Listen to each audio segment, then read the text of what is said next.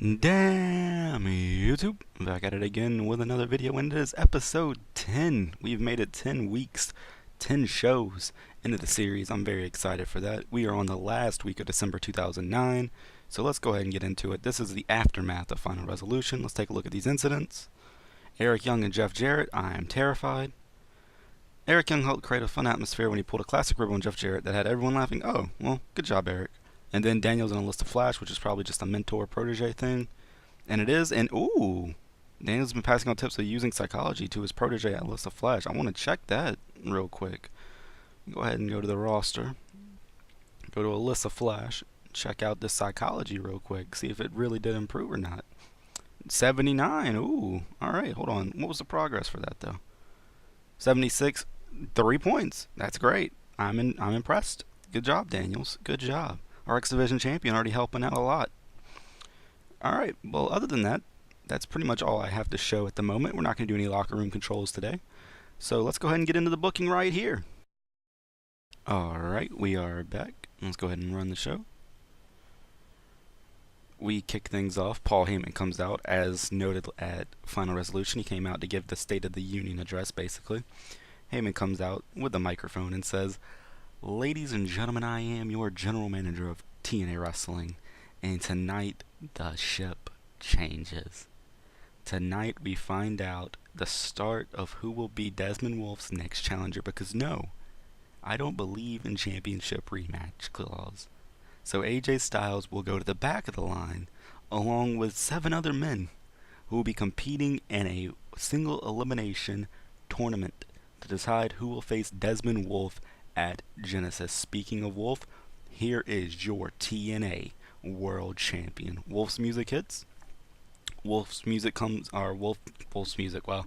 Wolfe comes down to the ring with his title, dressed up in a suit probably, gets inside the ring, grabs another microphone and goes, Mr. Heyman, I thank you for bringing me down here, because I am, as you said, your new TNA World Champion, because I'm the best wrestler in the world. So it doesn't matter who the 8 men are. I want to know, though, who is going to be the next to feel the wrath of my lariat. And Heyman then grabs the microphone and says, well, it's simple. Look up there on the Titantron. And as Desmond turns around, a graphic appears on screen. And then Heyman goes, we will have AJ Styles facing Booker T. Jon Moxley, my client that I hired. Because that kid has a moxie. That kid took out the Stinger. He showed passion that I've never seen before, so of course I had to give him a contract, because controversy in this business, well, as some jackasses would say, creates cash. So yes, Jon Moxley is in this tournament, and he's facing Bobby Lashley. Then we go on to the second bracket. We have Sting and Van Dam.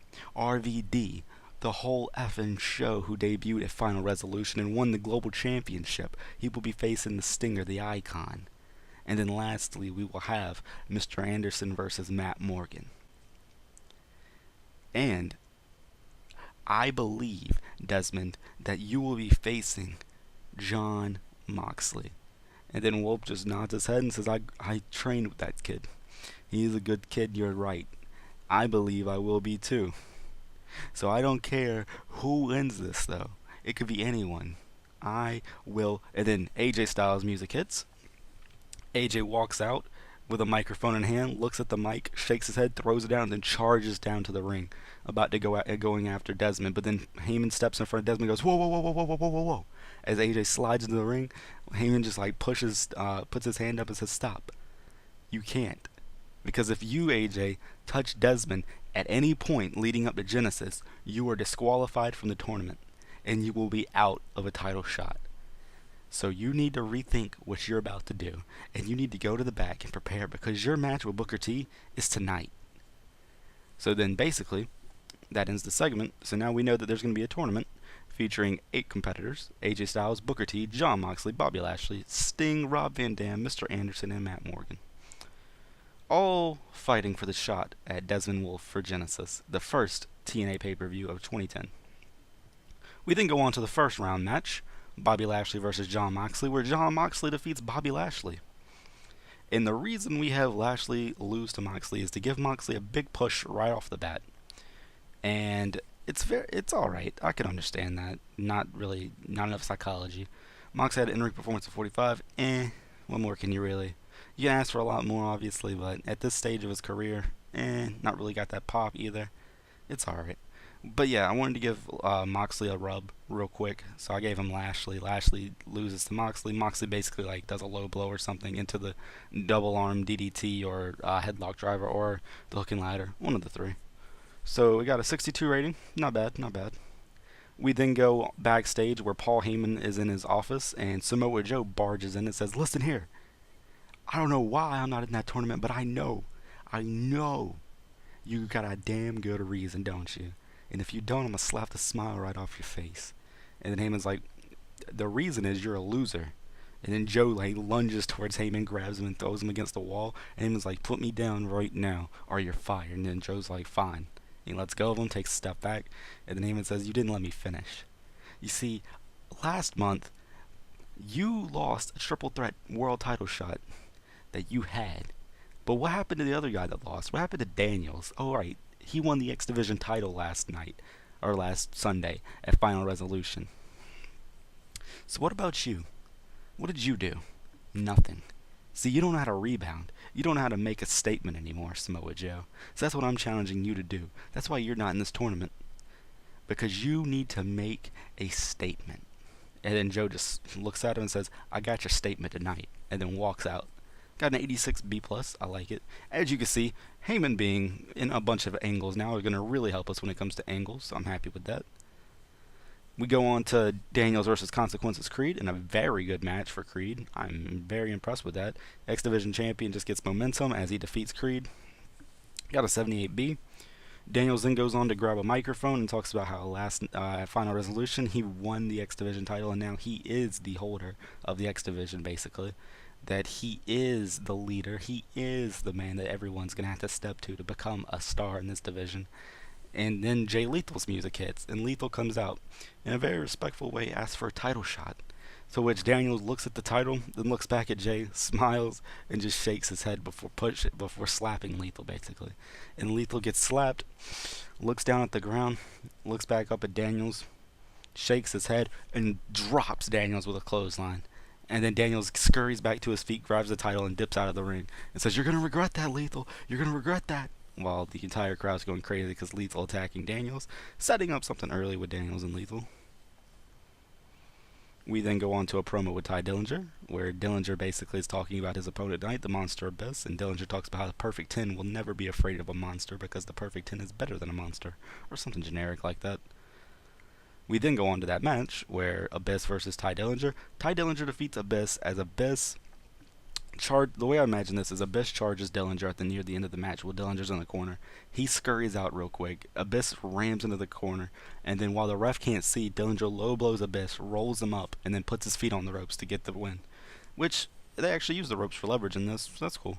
It just was something to give Dillinger a bit of momentum. I have an idea for the storyline that I'm doing with Dillinger going into Genesis, and this is going to play a big part in it. So, yeah, 64C. We then go on to a promo with AJ Styles where he's talking about, first, Desmond Wolfe, how he lost the title to him, and he says, "You know what, I lost fair and square. I don't have anything bad to say about Desmond Wolfe because of that, but that man's a coward. He's not giving me a shot at the title like I would have had it been me in that position. But that's alright, because tonight I'm facing Booker T and I'm getting my title shot back one way or another." And then we go on to Alyssa Flash versus Sarah Del Rey. Seeing as Alyssa Flash got her psychology up in the pre-show incidents, I was like, why not give her a match? Because Del Rey needs some momentum anyway. So Del Rey really outshined her, 61 to a 48. So they have. Oh wait, no, that's Del Rey and Claudio. Never mind. They have a 57 C minus. Not the best by any means, but it's alright.